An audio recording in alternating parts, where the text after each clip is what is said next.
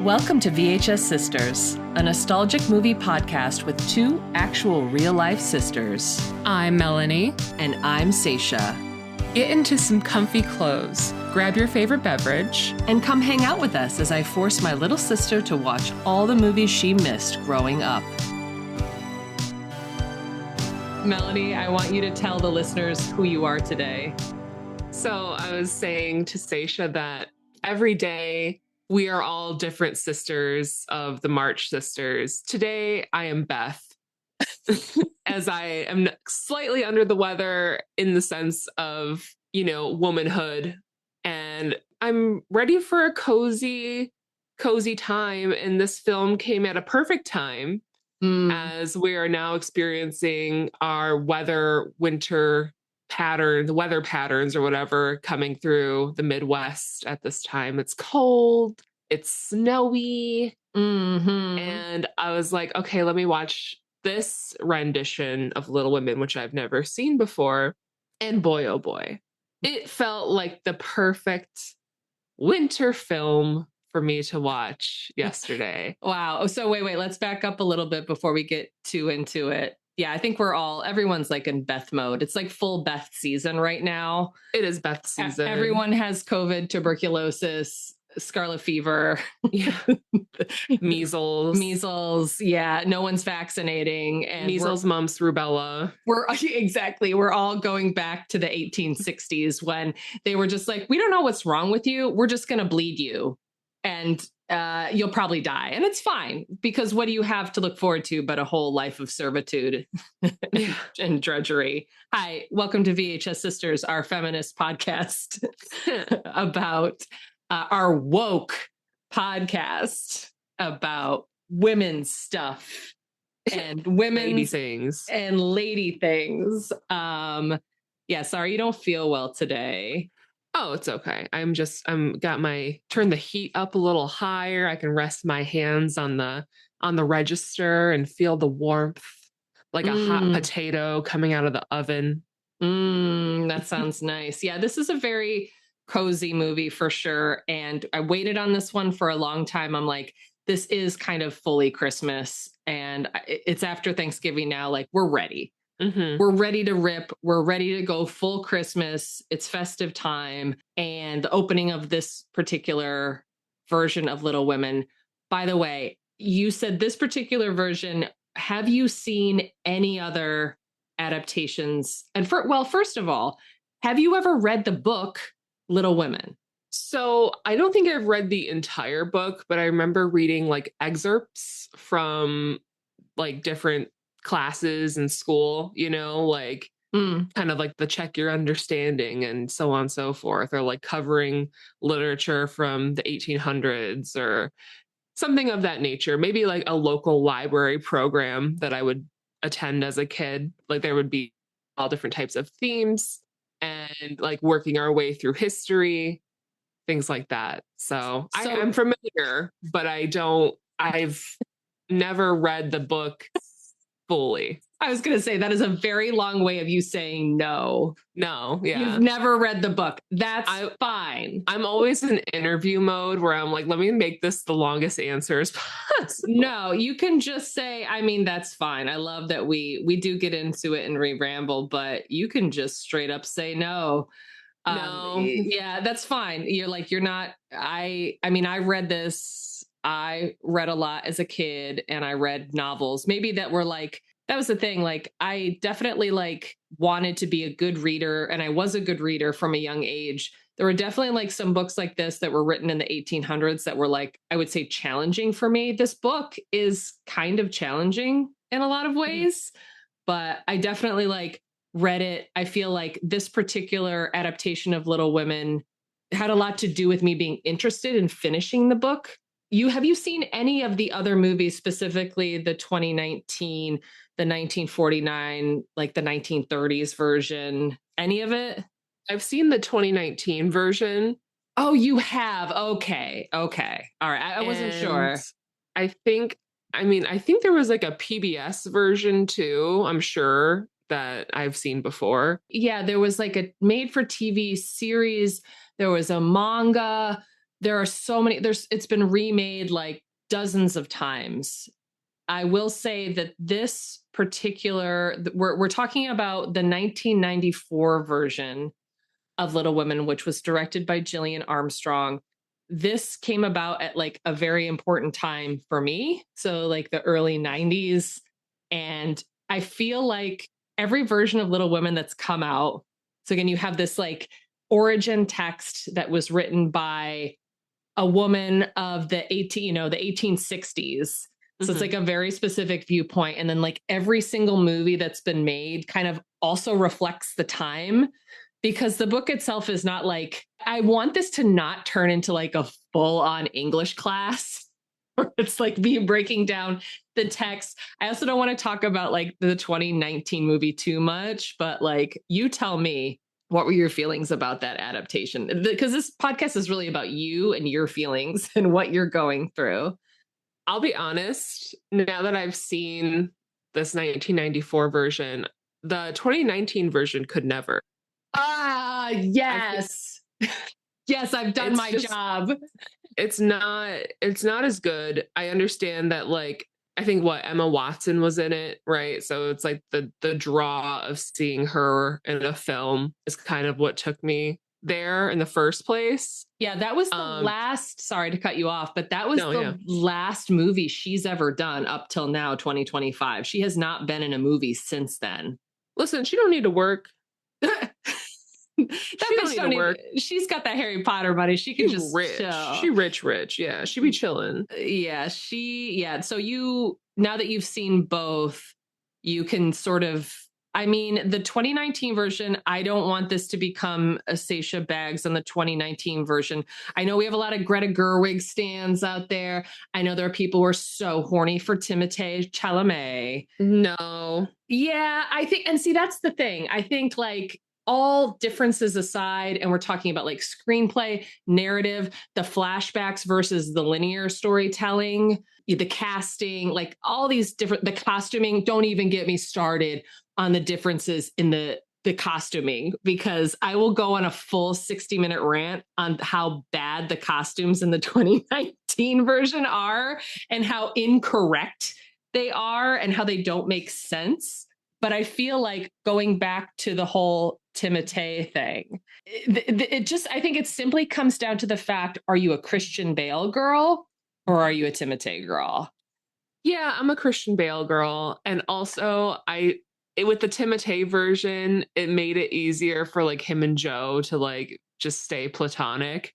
I'm like, yeah, obviously, like you don't want that man. You don't want that man. Yeah, I mean, that's your family friend, you know? And then when I see Christian Bale with Winona Ryder, I'm like, they should have been together.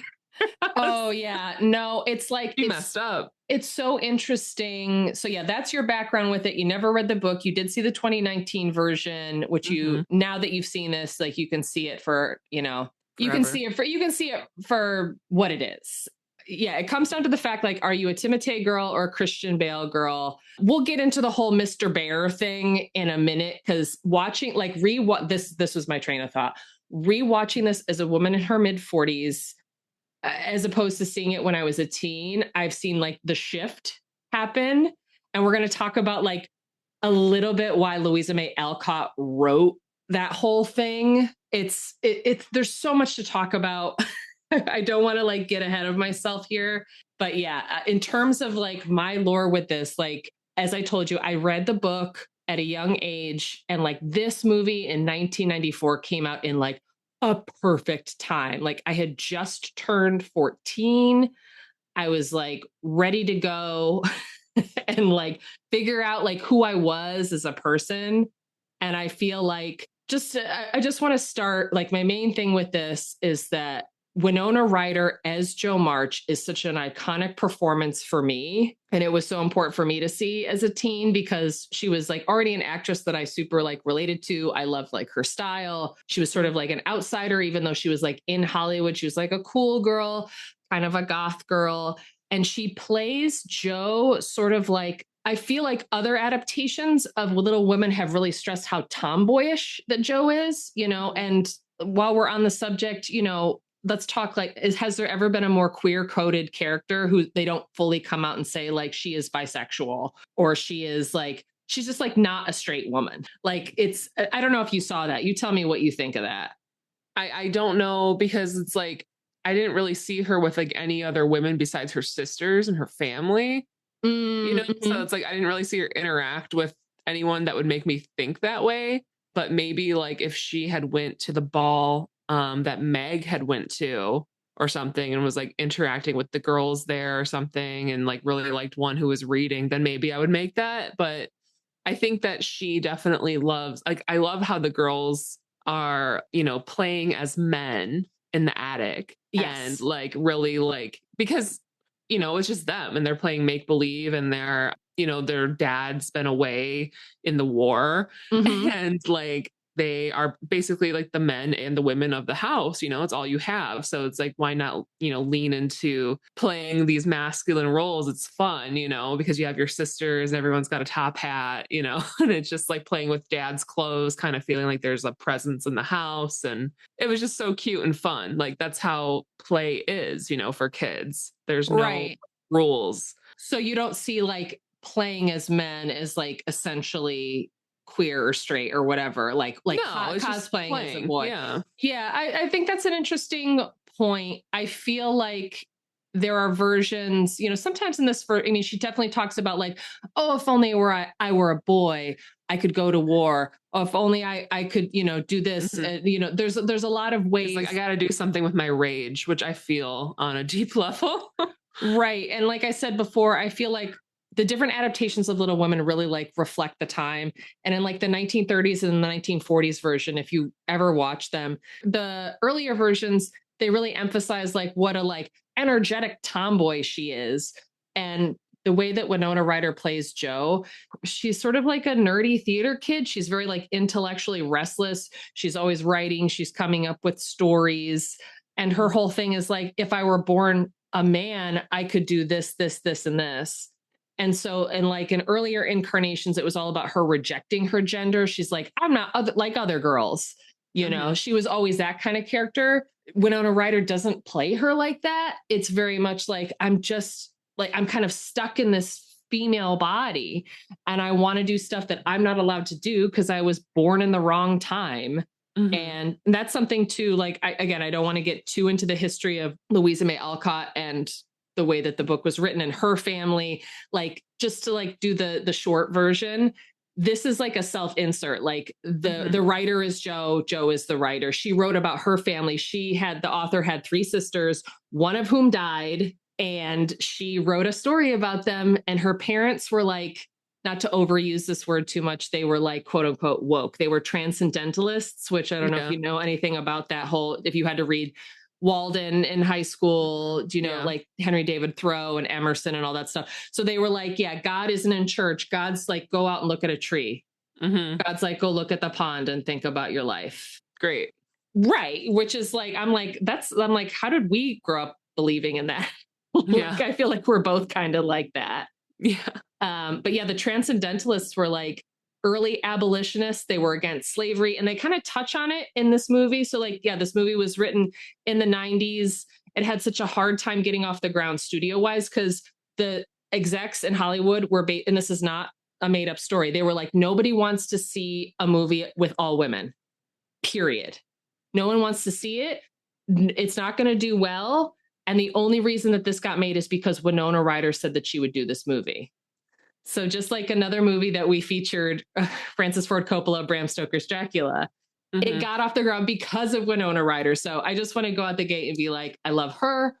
I love that she stuck her neck out to do these sort of like period pieces. I just realized like how influential it was on me.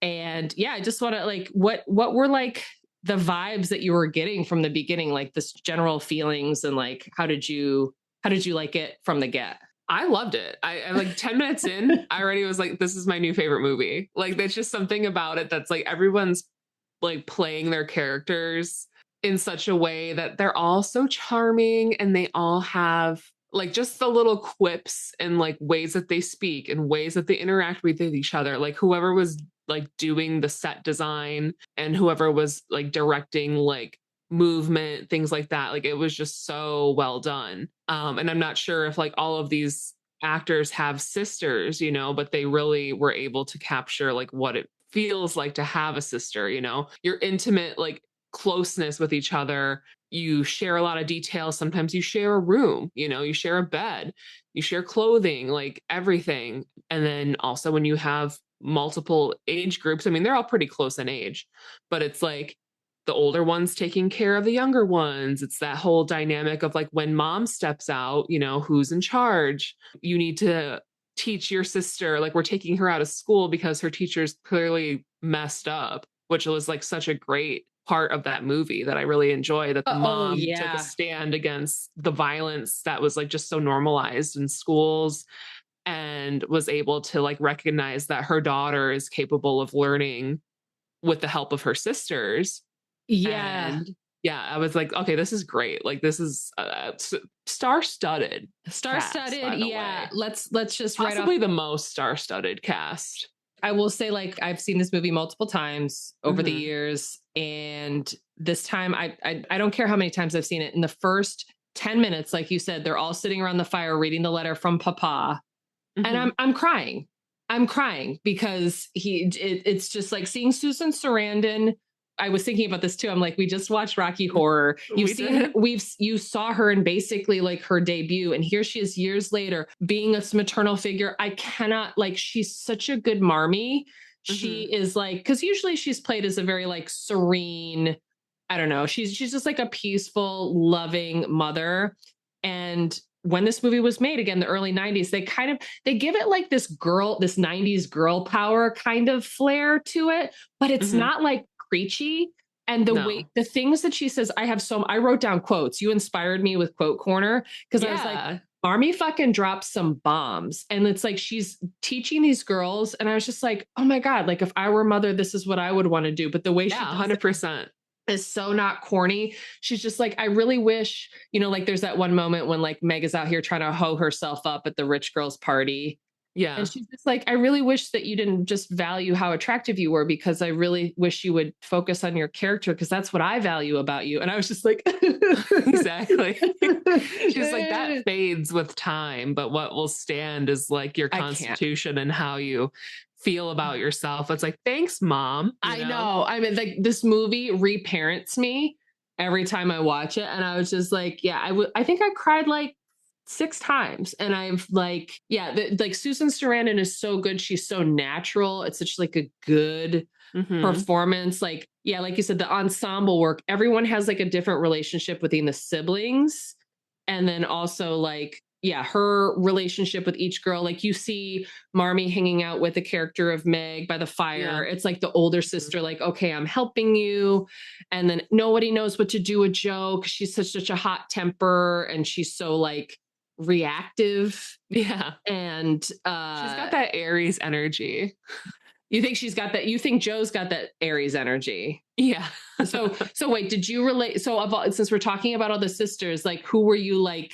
I'm curious, like, who did you relate to sister wise? Are you like, oh, I'm an Amy, or I'm a this, or I'm a that? Well, in the dynamic of us being sisters, I'm definitely the Amy. You're the Amy. Know? Oh my God. Yeah. I was just like, oh my God. Yeah. I'm the baby, and I love, and I travel away to go to art school. Yep. I was like, that's me. How can you not see I was like, it's almost like you knew the book and you didn't even read it.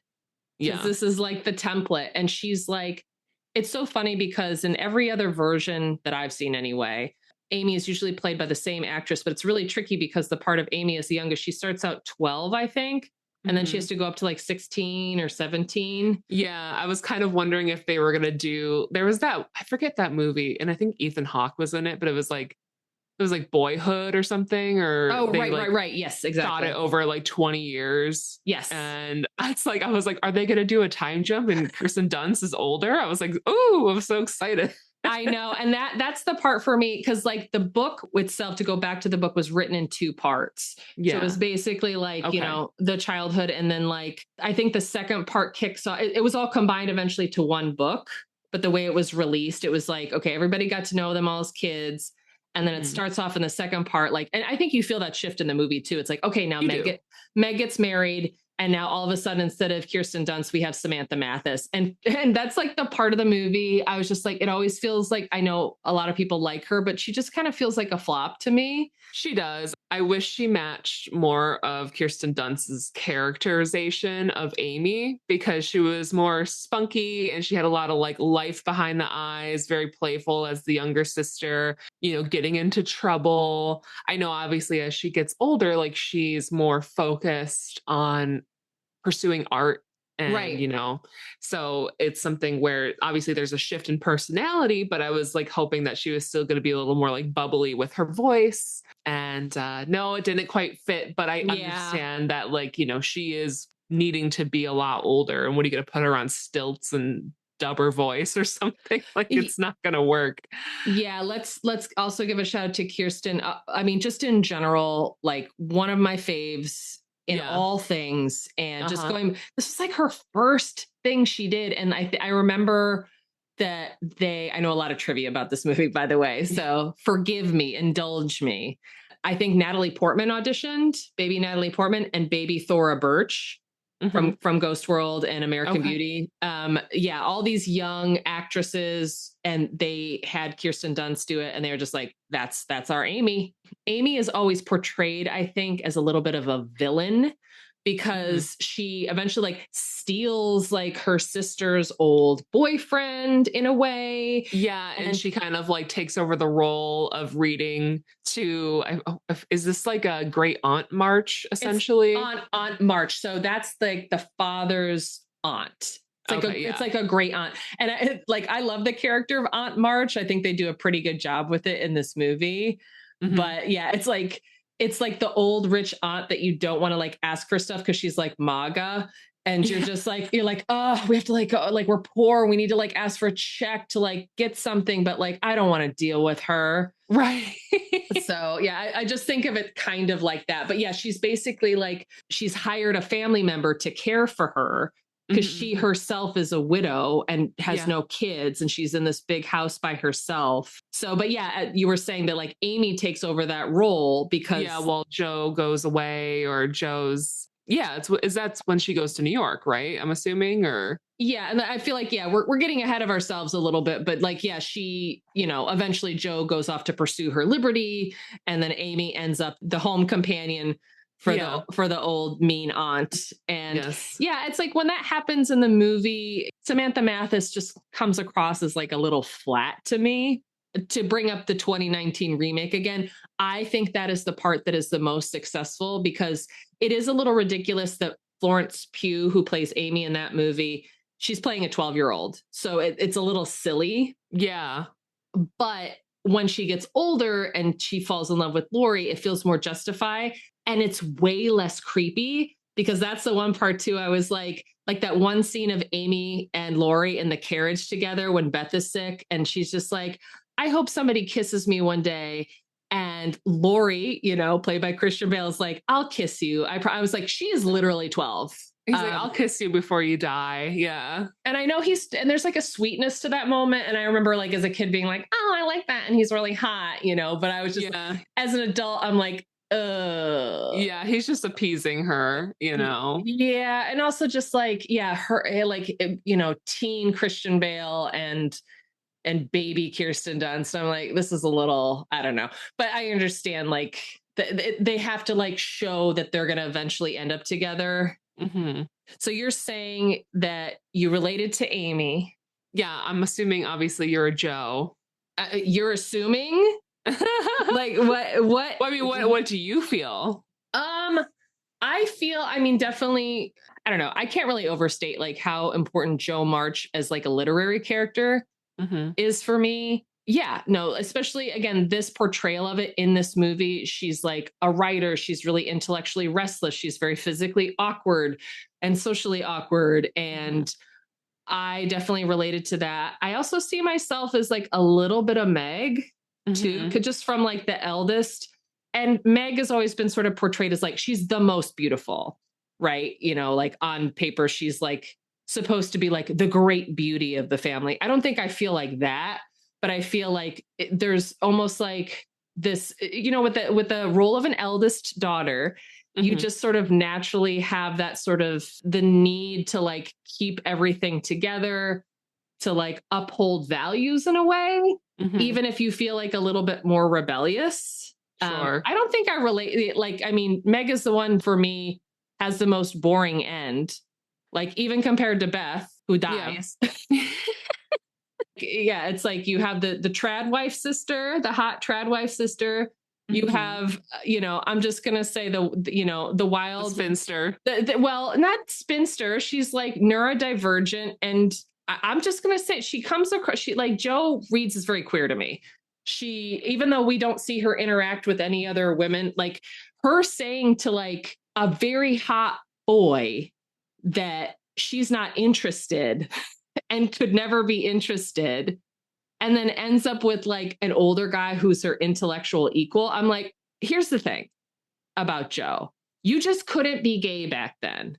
So we're taking this with a very modern lens. Also, I feel like I have insider information. There is no doubt in my mind that the author, Louisa May Alcott, was gay, or at least bisexual, because she has letters and diary entries where she was literally like, she wrote her whole life. There's a pretty famous quote, and I'm not quoting it exactly, but she said, I feel like a man who is trapped in a woman's body. And she wanted to like be published, you know, do all these different things, like get employment, like do all this stuff. And like that, and her whole, like the reason like she wrote and published this book. So just to get into a little bit of the history of the book again, they gave her like a really good book deal because they're like, at the time, it was the 1860s or whatever. And they're like, no one wants to read this. She published it, the first part of the book. It was an absolute fucking smash. And with her wealth, she took care of her whole family for the rest of her life. That's her story. So for a woman to do that in like Civil War times is crazy.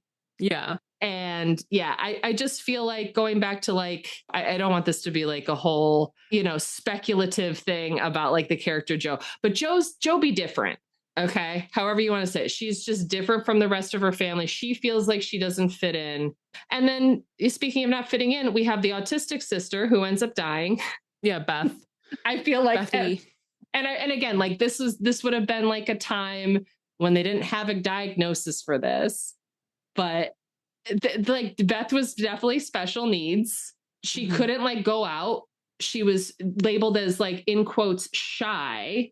She just wanted to hang out at home with Hannah the maid, who was like their friend, and all the kitty cats and her dolls. And play music. Yeah, had a very special interest. Very gifted. Very gifted. Claire Danes breaks my heart in this movie. She's so good. I don't know how you felt about her portrayal. I can't even remember the actress's name who played her in the 2019 version. I can't either. That one's a blur to me now. Yeah, it's not that great. But yeah, other than like I said, I feel like the whole Florence Pugh, Timothée connection was more valid.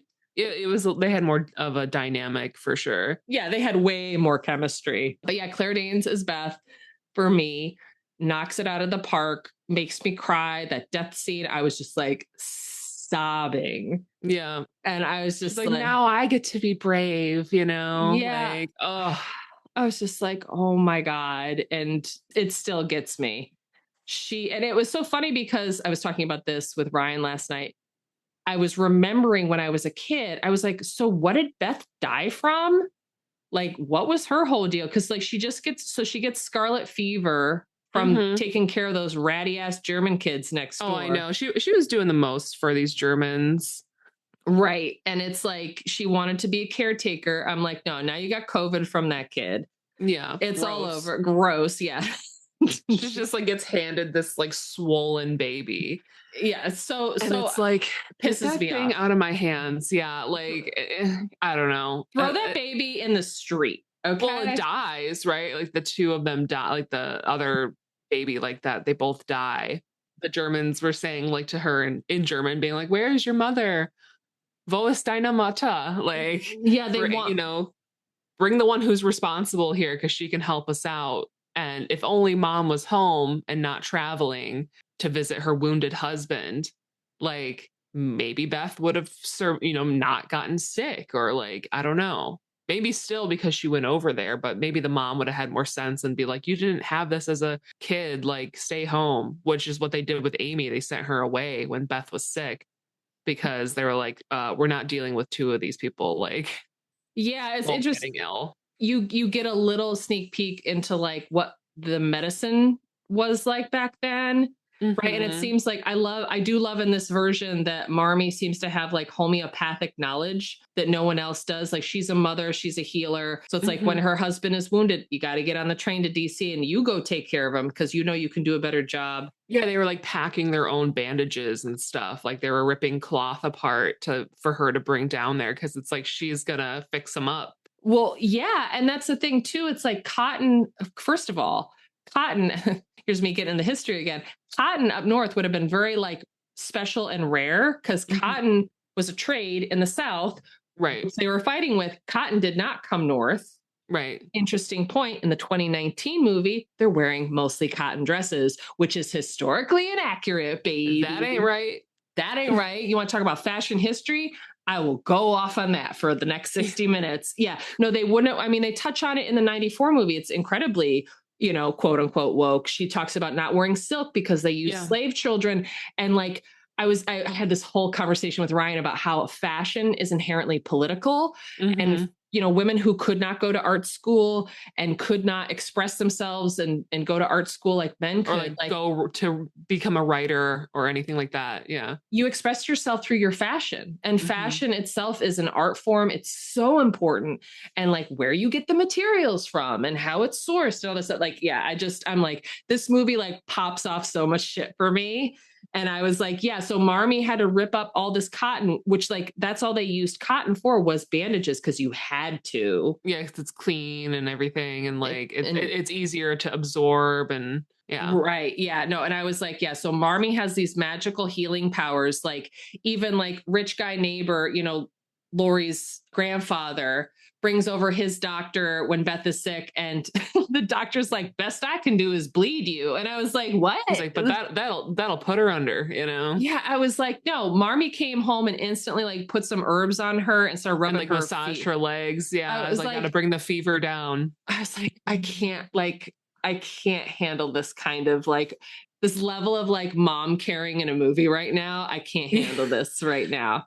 And I have to touch on another like Marmee quote back when she was talking to, I think like one of the neighbors or something, like saying like, oh, your daughters sure are active because they're outside like roughhousing each other. Yes. And she's like, girls wouldn't have these fainting spells if they weren't wearing corsets and confined to just being in the home. And it's like, obviously, yeah. So she's like, they need to be active just as much as boys. Like they need to burn off this energy because otherwise it's going to tear our house apart. And it's like, that's how it should be. Like, again, these little girls who are playing as boys, but they're women, they're girls. It's just normal to be like that. There shouldn't be a like gender conformity to like playing as man or woman or like playing as masculine, feminine, and then also like being really active and roughhousing, but still having like these this delicate nature to each other where like one's a painter, one's, they're all into the arts, right? In some respect. And I kind of just find that so well illustrated in this film. And it just gets me like, woo, I'm so excited. I'll watch it again. Yeah. It's like Marmee, as again, the character of Marmee and the father, they're based on Louisa May Alcott's actual parents, who again were transcendentalists who they were sort of like religious and political anarchists, and they had a lot of crazy ideas, like people should not be slaves, women should have equal rights, women should vote, because like in their idea that like God was like something that like in God's eyes, everyone is equal. So like these would have been incredibly like progressive ideas. And like, I think in this version, they do a pretty good job. Like, again, she doesn't come across as like preachy. But she's just like, yeah, no, I mean, corsets and like bending over your needlework, of course, like you're going to be faint all the time if you're not outside, like kicking and stretching your legs. Right. And just this idea of like, it was like a belief at the time. Yeah. Women should not physically exert themselves. First of all, they shouldn't ride horses legs astride because that's going to ruin your pelvis for childbirth, which is a lie. If anything, it'll make it stronger. Exactly. Yeah. That'll 100%. toughen up that pelvic floor. Yeah. All that bouncing around. But yeah, like they even thought at the time, and this is not like a made up thing, this is real, that like too much reading would like corrupt your mind. Too much brain work would make you too masculine.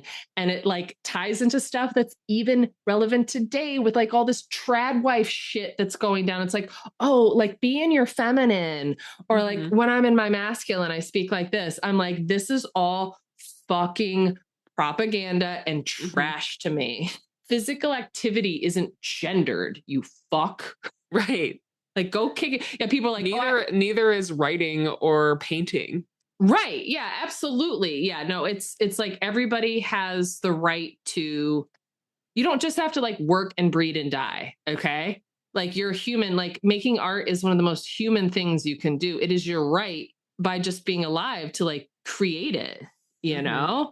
And it's interesting seeing like the desire to make art in this movie, which I feel like all the sisters have like a creative side, whether it's like music or painting, or even Meg sews. Like she's very interested. She could have been the fashion sister. Exactly, you know, but she chose to like, you know, do the more traditional route. It's, you know, it's whatever. But they all have like definitely artistic leanings. And it's so interesting to see like their desire to be artistic and creative sort of like pushing up against like their need to like make a living. That's another thing we haven't really brought up is like their poverty. Yeah. And they're poor, and they're like, you know, not as poor as like the Hummels, or not as poor as like people on the street. But there's like this idea of like, oh, we have to be frugal. And also too, I think because of their religion or their spiritual beliefs, like it wasn't like Puritan, but there was this need for simplicity. And, you know, encourage, like, I think that comes up the most with like the Meg thing when she goes to the fancy party and she gets all dolled up by her hoe friends. Yeah. And they're like, you know, I always thought that part was like a little offensive. Like Lori comes to find her and he's like, whoa, you got your tits out. Like, you know, why are you acting like this? But it was like, it's a little deeper than that, because it was more like she's supposed to sort of be dressed modestly because of the family's beliefs too. She's not supposed to be like putting herself out there like that. Yeah, that like, I don't know. It's interesting because it really like juxtaposes like these feminist issues with also like it does like reflect the time too, and like what it means to like be a good woman of character. It really talks about like what is the important thing. Yeah, not your attractiveness.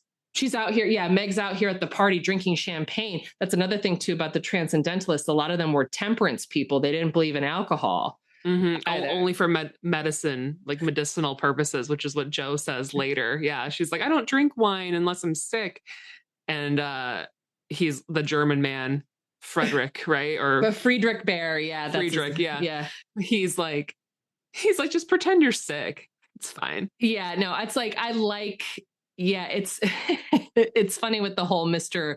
Bear thing, and we can get into him as we like get towards the end a little bit, but yeah, it's a very controversial thing in this movie. I think that like Jo goes from being with Lori and eventually ends up with Mr. Bear. And this is something that Louisa May Alcott did purposely, because so she published part 1 and people were like, oh my God, Jo and Lori, like people were reading this and like writing to her and they're like, oh, I ship them, you know, so it's kind of like modern day, like, you know, social media stuff. So she published part 1 and I think she was so annoyed because she didn't want Jo to end up with anybody. And this is my other point about her actually being secretly queer or whatever. Louisa May Alcott didn't want Jo to end up with anybody, period, because she didn't end up with anybody, period. She died unmarried. So take that information. Do what you will. You know, granted, she was a busy career woman. She was out here writing, taking care of her family. Yeah. But I think that a fact that we have to discuss in this movie is that she basically made Jo end up with Mr. Bear. She was kind of like trolling her fans because they were like, oh, of course she's going to fall in love with like the rich, handsome guy next door. And she's like, actually, no, she's going to reject him. Amy's going to end up with him instead because she's like the romantic and practical one. So she has to make that connection happen. It's just sort of like in your favorite like romance book. You're just like, oh, and then that happened? Weird. Yeah.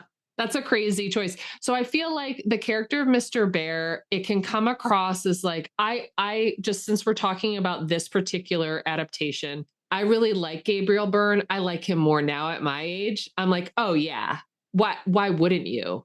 Right. You know, I think he's very well cast. I like that he's sort of like a German romantic intellectual. And there's a bit more of an age gap. Like in some versions of this, he comes across as like way older than Joe, and it's like borderline inappropriate. Yeah. In the 2019 version, I think they just make him like a young, hot French guy, and I'm like, that's not quite that. You know, that basically is it's too close to Timothée. Yeah. You know, whereas Gabriel Byrne in this is just like me again in my mid 40s. I'm like, yeah, I'd fucking smash that.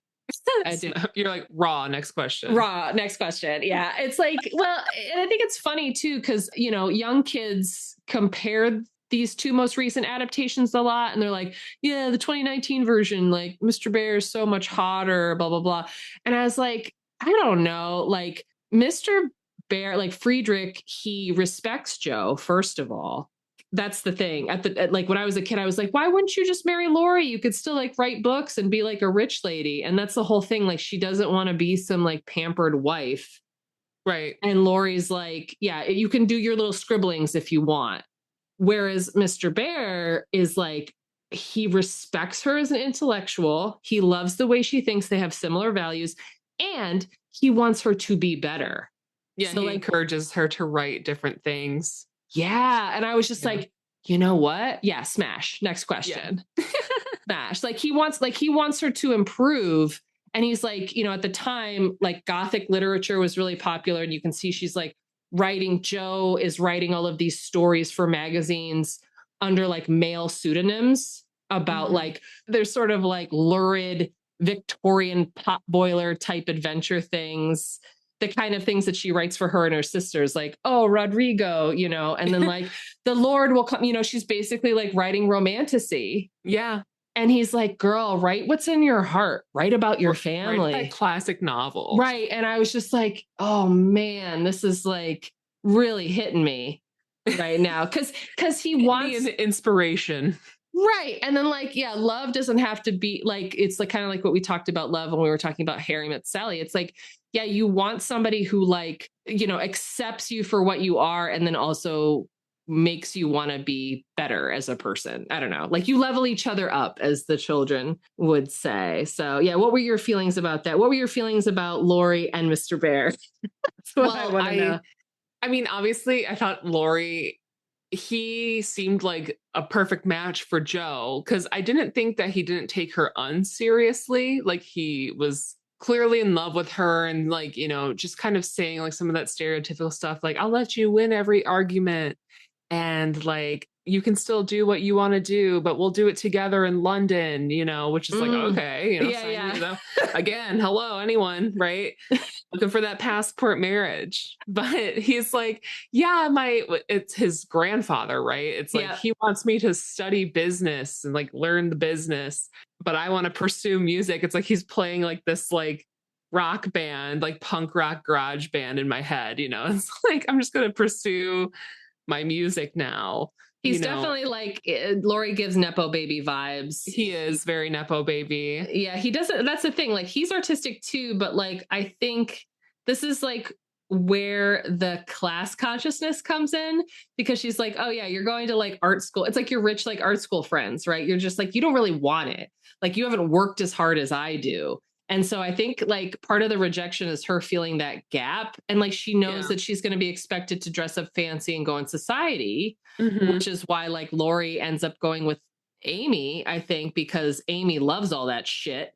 She's like, yeah, I'll go to the Met Gala with you. Yeah. Her and Beth kind of, or not her and Beth, her and Meg kind of have that in common. Like they kind of like to dress up and play pretend a little bit more, you know? Yeah, no, they have that fashion, that the passion for fashion. Passion for fashion. Whereas Jo, like, she likes to play pretend, but she likes to do it in her writing and like do it like, cause she's like, if I'm not a writer, I'll pursue being in the theater. Like, that's my dream. Yeah. So it's like, there you go. There, that's a Seisha coded sister if I've ever, you know, if I've ever seen one. It's true. It's true. And like at the time, like that would have been so shocking. Like they get into it a little bit, like when they go on the double date, like it's Jo and Lori and Mr. Brooke, who's played by Eric Stoltz, and Meg, they all go to the theater together. And then Mr. Brooke's like, how, like all these actresses, they have to suffer so many, like, well, I forget how he said it, but like indignities, you know, because like actors were seen as like basically like trash people. Yeah. You know, like vagabonds and, you know, losers. And yeah, so for her to like be like, I'm going to go run away and join the theater. It's like,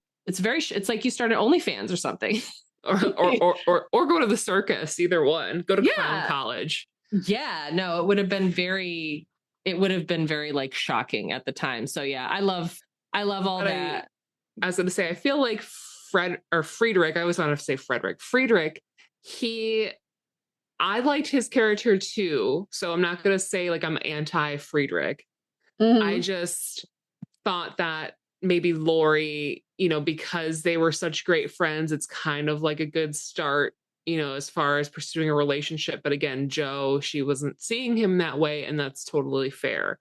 Obviously, he was so rejected and like so burnt by that. He was like, fine, I'm leaving. Like, I'm going off to college now. Bye. Like, see you later. Yeah, he's very emotional. And I think like very emotional. And I think Mr. Bear, he was kind of more reserved. But like when he showed like, so like his moments of like intimacy with Jo while they're at the theater, like watching backstage, kind of like upstage, essentially, like they're above it.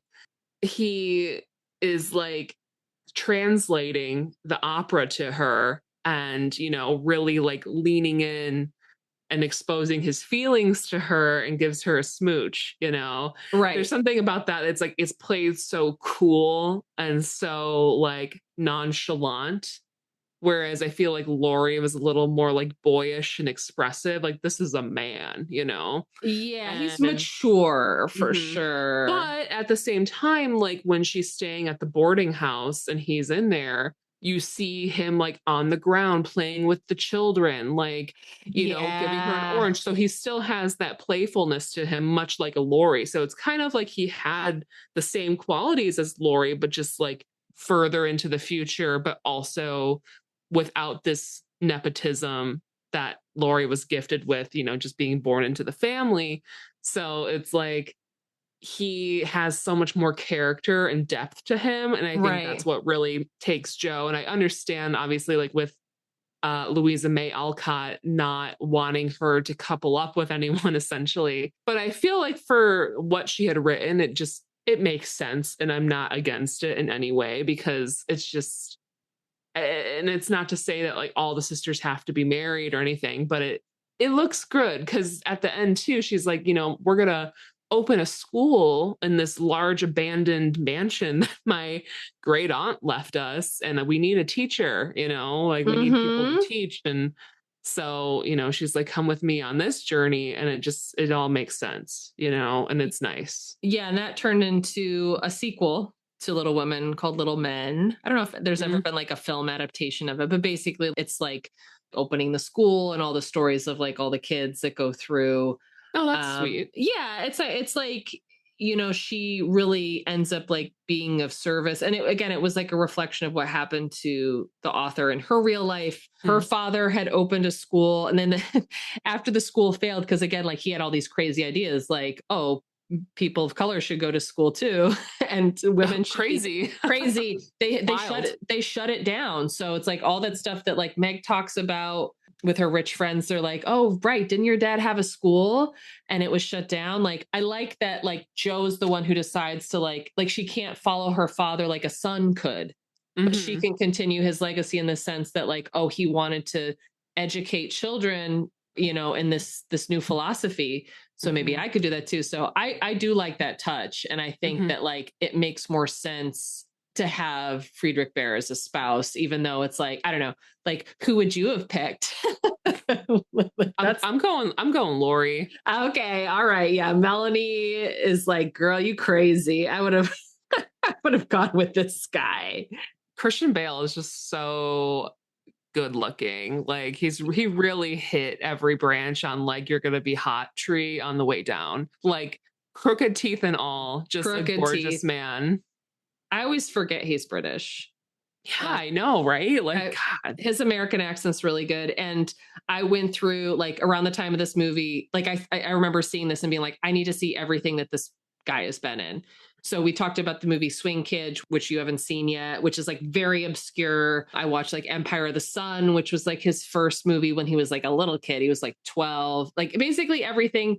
I like followed him up until like his American Psycho days. And then now I'm like, okay, now you're doing a different thing. Now you're like an adult man, you know, still a great actor, but like, yeah, teen Christian Bale could fucking get it. You fucking get it. You can fucking get it. Yeah, good. That you've answered the most important question of this movie, which is who would you? What's the game you play? Fuck, marry, kill. Yeah, well, but yeah. we need a third one. Oh Lori, my gosh, Lori, Mr. Bear, or Mr. Brooke. Yeah, fuck, marry, kill. Okay. I want to say marry Lori. Okay. I'm going to. Oh yeah. I think I'm just gonna. I'm gonna say fuck Friedrich and kill Mr. Brooke. Why not? Yeah, we're gonna kill his ginger ass because like no one wants that. Although he's like, I like how Eric Stoltz plays him. Like he's very sweet at the end. He gets the twins and he seems really stoked about having the kids. And that leads me to a different point too, is like, I am curious to know about Jo was supposed to go get her mom the money from good old MAGA Great Aunt March. And like, she was like, I don't want to deal with her. So in order to buy this train ticket so you could go see her like ill father or like our wounded father. Yes. I'm going to go cut my hair. Yeah. And sell it for $25, which like in my mind, I'm like, that seems like a lot of money. Oh yeah. That's like the famous scene from Little Women. Every version. Yeah. Like she's got this long, beautiful, like chestnut hair. Amy has that famous line, which is such a read, which is like, Jo, you're one beauty. Yeah, I love that. I was like, Amy March is a shady queen, and I love it. But yeah, no, that is like, you talk about Little Women, they're going to talk about Jo coming home with the money, selling her hair. Yeah, because back in the day, hair, real human, untouched hair like that would have sold for many dollars. You just made that into a wig. Because people wore pieces, falls. Like for syphilis and stuff. Yeah, people lost their hair all the time. People were obsessed with, they wore like pieces, falls. Like at the time, to get back to fashion history, it was very desirable to have like an abundance of hair, if not in the back, but they loved doing like little curls in the front. And so they do a little piece. So yeah, she made bank on that hair. And I was like, girl, it cut everyone's hair. And as soon as she cuts her hair, I was like, that cut looks so good on you. Mm-hmm. But it would have been like, you just didn't see women with short hair. And it's like, it was completely unheard of. Again, unless you were like ill or something. And even so, yeah, you would have covered it up with a bonnet, with a wig. They loved head coverings. That's why, that's why not just the 2019 version of Little Women, but all of these new period pieces that come out, no one has fucking bonnets or hats. And I'm like, they just would not have stepped outside without something on their head. It was not done. And your hair would have been up as soon as like you were a woman menstruating, hair is up. Mm-hmm. You are showing that you are marriageable. Like the only time you see like curls down the back is if you're like a kid. Mm-hmm. And then even then, like they still did updos and stuff. I could rant about mid-Victorian fashion for like a good hour. But yeah, that scene, like, how'd you feel about that scene? Was it, you were mostly like impressed with how much money she got for her hair? Yeah, like $25. I'm like, that's a lot of money. Especially back then. So I'm like, oh wow, like why aren't these girls just like farming their hair out? Like they should. Everyone's got such nice long hair. It's like, cut that off. Yeah, they didn't have like biotin supplements back then. They didn't even have antibiotics. They couldn't even save Beth and give her, you know, a Z-Pack or whatever she needed. Which, like, as morbid as it sounds, it's like they could have cut Beth's hair and sold it. Like, after oh my she had God. passed. Yo, Melanie is brutal. She's like, cut that dead sister's hair right off. For that amount of money, like, oh my gosh. You're like, we'll be rich. We'll be rich. Yeah, it's so funny. It's like, yeah, we were talking about Beth and I was like, yeah, how did Beth die? And it was like, I think they explain it's scarlet fever. But then, kind of weakened her heart, her immune system. I didn't get it as a kid. And now, like, being older and knowing what I know about stuff like untreated fevers and even long COVID too, it's like, oh, you get rheumatic fever and it weakens your organs. And they would have just like not known what it was. They're like, she's just getting weaker and weaker. She probably got really swollen, just couldn't like eat anything. And you She's just like her fainting couch. She just like fade away. I mean, that too, like I was like, tuberculosis, how come like people just like lingered for years and years and years? And it's like, they just didn't have anything to like, think of how lucky we are. I mean, I know times is tough, but like, think how lucky we are to have like modern medicine. Oh, I think about that. Yeah. When I watched this, I was like, holy crap. Like, how lucky are we to live in a time where I can go run that hot water and go sit in a tub? Just order Uber Eats is crazy, you know, hot food brought to your home that like you didn't have to beg your neighbor to give you like a potato from the fire. There was no takeout. There was no Midol. There was not a lot of painkiller unless you wanted to like do opium or something. Or like take like herbs like belladonna or something, or like. Right. Like when they're looking in, like when Beth initially gets sick and they're looking like their mom's like herb guide or whatever. And they're like, oh, well, this is a symptom. Oh, should we give her belladonna? No, that's like, cause it's like stuff like that is poisonous, but like they found that like at a certain dose, it could help you. It was like the beginning of like prescription medicine. You know, it's like back in the day. I love that she has that book too. It's like, that's probably like the most expensive thing in their home is mom's like herb book. Yeah. I love that Marmee is like this essentially like witch woman. Yeah. She's like a woke witch. Like honestly, adult me is like, honestly, Marmee like serves the most. And she's the star. The dad is featured very, very little. He's almost like an afterthought. Like you see him, he comes home from the war. Yay. Everybody hugs him. The end. And then you see him later, like when Beth dies, he's just like standing in the house. I'm like, do you have anything to say about this, Papa? Right. Or, you know, but no, it's just, it's so focused on the women and like what they're feeling and how the mom and the sisters deal with it. And Amy can't even come back. She's too busy in Europe. Well, it's like by the time she gets back, it's going to be like a month. Right. Yeah. Think how, oh my God, think how long it took to like go from Massachusetts to like Paris. It would have taken you 2 weeks to get there. Yeah. Or longer, depending. Like, first of all, you got to get to the coast. And then from there, you got to board the ship. And then by the time the ship takes off, it's like, you know, you got to coast to a certain spot. Hopefully they're getting right to where they need to go and not have to have any detours. Or is it a direct ship, or do they stop in London, or do they stop at like Spain or something? Like, I don't know. You know, it's just, it's so interesting. It's so interesting. And like, did they have ocean liners back then? They must have, right? Like, or it wasn't like a sailboat, like the... No. I mean, that was probably like really early, like steamship travel. And also like, how do you like feed all these people on board? Like you just bring your own food. There's no like service on these ships. I mean, it's not like a cruise ship. Well, I think like any ship that like Lori and Amy would have taken to get like there and back, it would have had to have been like a Titanic style situation. But even that was, you know, 50 years in the future from where they were. It's true. It's true. Yeah. I honestly, I should have done more deep diving about transatlantic travel. But like, like as soon as we get off, I'm going to start Googling because like, I want to know, like, what did the boat look like? How long would it take now? Like, let me Google this right now. How long would a boat take from, let's just say Boston, because they're in Concord, Massachusetts, Boston to London on a boat. A boat trip from Boston to London would take anywhere from about a week to over a month, depending on what type of boat and conditions. A modern cruise liner will take 7 days. So even today, with all of the shit we have, it takes a week. So you want to take a boat? I mean, I'll do it. Yeah. You want to take a cruise to London? Why not? Why not? I hope we don't sink. No, you'll be fine. You can swim. It's just crazy, like how many cruises there are still to this day. Like, yeah, I know. But even like, I'm saying like in that time period, I mean, it would have had to have taken at least 3 weeks to a month. There's no way. It's probably all coal powered, like steam.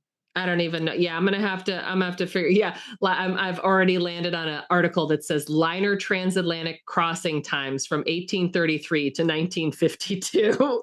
Yes, so I think it took like a couple weeks to even get over there. So yeah, I guess it sucks. Yeah, if somebody dies back home, you're like, oh well, guess I won't. You can't like preserve the body for very long. You have to bury her, right? And they would have buried her, not cremated her, probably. So yeah, just you got to put her in the ground. They would have done like a green burial, like in the interesting documentary that I bring up a lot to different people, but like for different reasons. But it's like 6 New Ways to Die in America on HBO. It's like basically like the Druid Circle, but they just throw your body like onto like a plot of land. They don't even bury you. I love that. Yeah, just throw me in the garbage. Yeah, I don't care.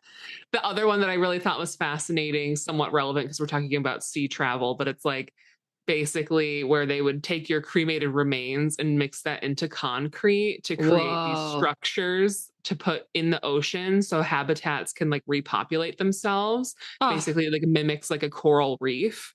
And I'm like, that's really cool. That's so cool. Yeah, why not? Like turn into something useful. Like the whole thing about like the whole like what is it? The mortuary industry, I think that's called. It's just like, yeah, what, thousands of dollars on a casket? Like some people are like predatory. It's super predatory. It's like, yo, your mom would have wanted to be buried in the Elvis casket or whatever. It's just like casket. Oh my God, the Kiss casket, which does exist. I'm like, yeah, I guess I'll spring. It's like, it's going in the ground anyway. And it's like, that's a whole other topic. But yeah, they probably just like buried Beth in the backyard. Yeah. Put some flowers over her, did a little headstone. It's fine. Yeah. It's still like a very emotional hit with this movie. And like, she's going through like all of her old stuff at the end. In the trunk up in the attic. Yeah. Right. And I was just like, oh God, like, yeah, this is what happens. Like you look back at like all your old pictures and all your childhood memories. And that's where Jo in this version, she gets the idea like, oh, right, I have to write my story. And I have like, this is how it goes on. Right. Like you have to like make your art and tell everybody what it was all about. And I was just like, this movie, man, this fucking slaps. This is so slaps. Good. Yeah. It seems like out of all the movies, and we were talking about doing like an end of the year recap. We'll have to talk about like the ratings of every individual movie. I feel like this one is up there pretty high. Yeah, it's an A. Nice. It's a 10 out of 10 for me. Awesome. This is possibly one of my most favorite movies we've reviewed thus far, followed closely by none other than The Dark Crystal. Wow. It's, you know what, that one came out of, like this one I knew, I'm like, once she gets into, if she can get past the first 5-10, she's going to love it. Like knowing you, I know like with all the puppetry movies we've had to watch, the main hurdle was the puppets.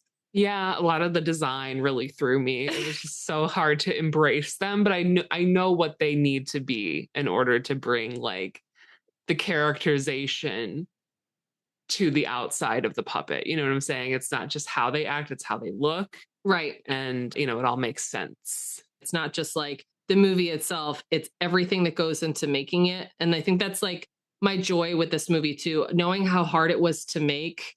Like it was sort of like against all odds. Nobody wanted to do it until Winona Ryder signed on. And then they were like, all right, it's a go. Yeah, let's make this happen. She'll bring some money in for sure. Like she'll get that nice teen audience. And it's to think that she did Dracula 2 years before this too. Oh, I know. Yeah, this is her peak time. Yeah, and I'll watch her in everything. I'll even watch that new stupid Stranger Things, although I know it's very controversial. I'll give it a gander. Yeah, I mean, I really loved the first handful of seasons. Like the first season was great. Everybody got hooked. And then became kind of something else, but I must know how it ends. So I will be watching. I will. I'll probably watch some recaps because I'm like, what even happened in season 2? I don't know. Mm-hmm. All these kids are fully 40 years old now. Yeah, they have kids now. They have kids, which is so crazy because it's like, when did the first Stranger Things come out? It was like 2015? I think so. So it's like a solid 10 years. Mm-hmm. And, Winona, looks the same because she was already elder. Much. But yeah, all the kids, I just think it's interesting how much you change from, say, like 11 to 20, like early 20s. It's like, oh, wow, you're like completely physically different. And it's just like, it's kind of like that Boyhood movie you were talking about. Mm-hmm. It's like, yeah, you get to see like a person grow up within a body of work. Yeah, 2016 for Stranger Things. Wow. Didn't everything just change in 2016? It did. Yeah, remember, like everything previous to that, like even 2010 to 2015 was kind of like, I overuse this word, but it's kind of peak, even though we were all going through stuff at the time, we were all going through our own trials and tribulations. But I feel like, and I think we all know what it is, I feel like something happened in 2016 that just like changed everything. And it's just like, everything has been kind of fucking terrible since then. I don't know. It's not been great. It makes me want to, it makes me romanticize this Victorian era of America. And I'm like, when things were simpler and you put on plays with your sister in the attic and you wrestled in the front yard and had a crush on your neighbor. Like, bring us back to these traditional American values of, dressing up like boys with your siblings, also like beating each other up.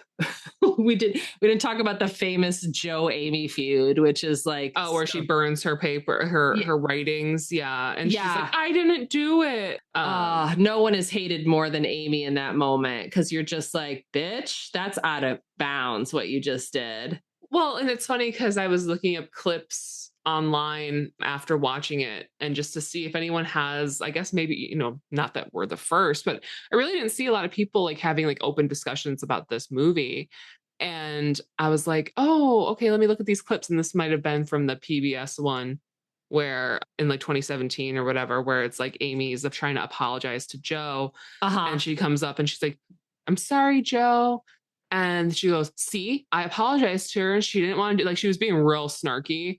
Whereas like with Kirsten Dunst's portrayal of her, it's like, she's still little, and she wants her sister to love her. So she was really sad and like upset that she had did that and felt guilty, which I feel like, I know Amy's supposed to kind of be like the little shit in the family, but it's like, I like that she even like recognized that she did something wrong and she had to apologize to her big sister. Yeah, it's like, I think she's like the best Amy of any Amy I've seen, because she's like an actual kid and you realize, like you do wild shit when you're that little and you have no way to like express your you want to be like, she just wanted to grow up. She's like, I want to hang out with you guys. Like, how come I can't? And she can't like express that frustration. So she just destroys something of her sister's.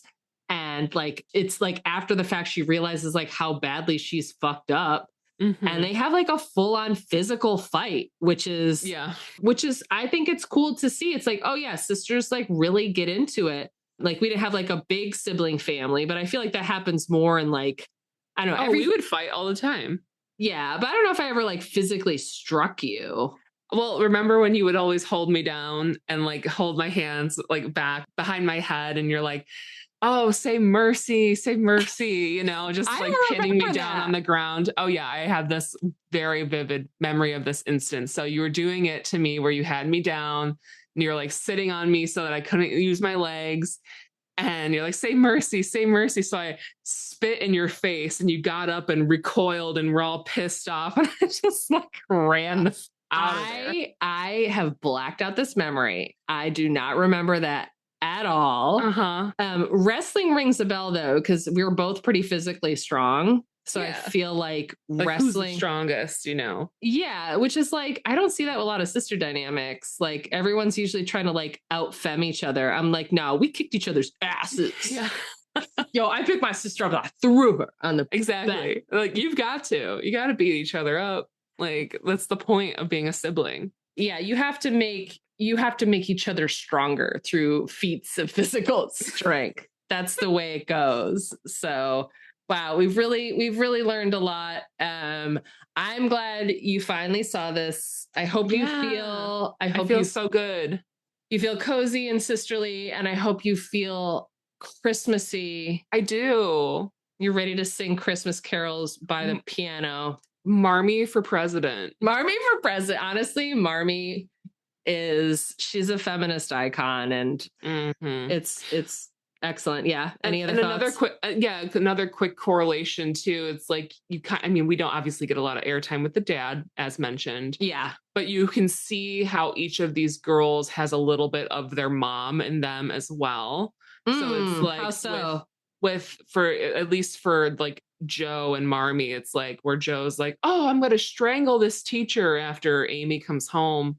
Talking about these limes, right? She's talking about like real fruit, I'm assuming. Yeah, it was like pickled limes. I guess they were like a trend, or like it was like having like the, like pokey at your desk or something. Yeah, or like a ring pop or something. I don't know. Yeah, it was a trendy snack at the time. Okay, so like, she comes home and she's got, bruises on her arms from her teacher being like, there's no point in educating a girl. It's like educating a female cat. Like, oh my gosh. So Joe's like blowing up with this anger, which again, she's attributing to like this like masculinity, but it's just just anger. Everyone's entitled to have some anger, maybe not to use it, but like to feel it, right? And then Marmee's like, we're gonna write this down, like we're gonna use our words and not physical violence. So it's like she gets a lot of like maybe her writing from Marmee, because she's able to communicate and she's able to convey everything that she wanted to say in such an ornate and neat way to the teacher, to say, I'm pulling my daughter out of school. Like, you should not be putting hands on anybody, any child. They are children, so and so forth. And just well executed letter saying, I'm pulling her out of school. Right. And that would have also been like a part, it's not said explicitly, but that's also a part of the transcendentalist beliefs that they are pacifists. They believed in the Civil War. I mean, I can't speak for everybody who was back then, but it was seen as like, well, why did the father go off to war? It's because it was a war of abolition and they were fighting against slavery. So that would have been seen as like something worthy of violence, even though they were very anti-violence. And same thing with like physical violence. Like, yes, of course, like corporal punishment in schools was very normal. And I think very normal until like the 60s, like the 1960s, like you could hit kids in school. And at the time, like, yeah, her hands are whipped because she brought the fruit to school when, she wasn't supposed to. Clearly this teacher though is a bag of shit. And yeah, like I think Marmee too, like takes umbrage with the fact that like, yeah, like you shouldn't like whip a kid, because they're not going to learn anything like that. So you see like her little bits of philosophy, like how to raise children properly, anti-violence, like teaching them, equality and like all this stuff. It comes through. It's such a good fucking screenplay. I can't even get over it. Like, it's so well written. You don't need these flashbacks like back and forth. We don't need this whole like, I know, again, a lot of people are very attached to the 2019 version, but I'll say this. I'm going to finish with this. Okay. It kind of goes into this very meta place where it's like, we know, I can hear the modern woman speaking through their dialogue. Like, I'm a woman and I wish we could be free and blah, blah, blah. And it's like, people don't talk like that. You have to insert it into the dialogue in a way that's more you're of the time, right? Yeah, they are still women who are living through Civil War times, and there's a way to convey the values, which again, the March family, they would have been woke as fuck compared to everybody else. This is a movie that was made in the 90s, so they were able to convey that sort of, I guess you want to call this like third wave feminism in a way that wasn't like preachy. And you're just like, oh my God, Marmee, enough with the corset talk. Like, like we don't need this. No, the way she explained it was just like, oh, right. Like, you should just raise kids naturally, and girls is just as good as boys. We are kicking off our holiday season officially. We're in it. We're in Crimbus time. I'm ready. We're going to have some other festive features, so make sure you keep an eye out for those. anything else before we sign off for today? I already said it. Marmy for president. Marmy for president. A+. A+. Okay. I'm ready to buy this on Blu-ray. Oh, hell yeah. You haven't said that yet. That's awesome. Yeah. Okay, I win. Yay. Yay. Thank you so much for listening to this episode of VHS Sisters. We hope you've had a fun and cozy time. Please consider liking, leaving a review, and following us on your podcast platform of choice. If you'd like to chat with us, please email us at VHSsisterspodcast@gmail.com. Love you. Bye.